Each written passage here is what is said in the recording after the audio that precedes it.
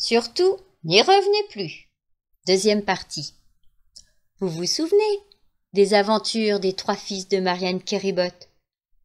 Nous les avions laissés dans une auberge. Écoutez donc un peu la suite de l'histoire. Dans une pièce voisine, des marchands jouaient aux cartes, en se disputant avec colère. Il était difficile de suivre leur dialogue, tellement ils s'exprimaient avec précipitation. Il jaillissait de leur bouche, on le sentait clairement, plus de grossièreté que d'aménité. L'un d'eux paraissait plus animé que les autres. Il se leva tout à coup, jeta ses cartes sur la table et sortit en criant « Pour des raisons !» Les 3 Bretons, qui avaient copieusement festoyé, quittèrent bientôt eux aussi la maison et se remirent en marche. Le cadet avait pris un visage très réjoui. « Eh bien, Fanche, déclara-t-il, tu n'es plus le seul désormais à porter notre léger bagage de français.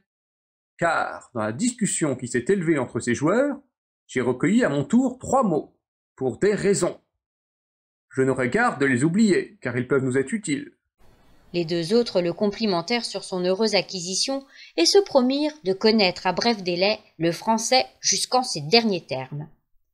Cette journée de voyage les conduisit dans une petite ville devant une épicerie sur la porte de laquelle on avait écrit « Loge à pied et à cheval, aujourd'hui pour de l'argent, demain pour rien ».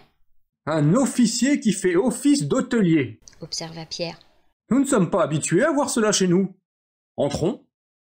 Ici, on doit bien manger, et on ne ménage sûrement pas les condiments. » Ils réclamèrent aussitôt de la viande. « Kick !»« Kick !»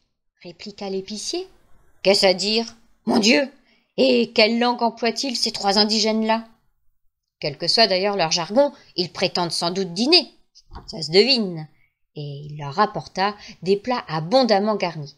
Il les coucha ensuite dans des lits moelleux où ils dormirent du sommeil des justes jusqu'à l'aurore. Le lendemain, dès la première heure, ils étaient debout et ils se disposaient à prendre congé de leur hôte lorsqu'un client pénétra dans la boutique. « Pour 2 sous de cornichons !» commanda-t-il. Trémeur, le plus jeune des frères, donna du coude à son cadet. « L'as-tu entendu ?» murmura-t-il.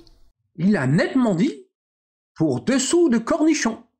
J'en bénis mon saint patron, car voilà que je possède quelques mots de français de mon côté. Maintenant, allons de l'avant hardiment. Nous en savons assez pour n'avoir plus rien à craindre et nous diriger comme il faut. » Le cœur plein d'espoir et l'esprit préoccupé de la façon dont ils exerceraient les brillantes fonctions qui, à coup sûr, leur étaient réservées désormais, les 3 Bretons avaient perdu maintenant toute idée de retourner au pays natal. Ils marchaient fièrement, traversant les villages, sans plus daigner bonjourer les gens, saluant à peine d'un léger coup de chapeau les calvaires dressés au bord du chemin. Le pape en personne n'était plus leur cousin. Ah, on en remontrerait aux gens si jamais on retournait à Calac. Hélas, la présomption est mauvaise conseillère et bien follet qui s'y fie.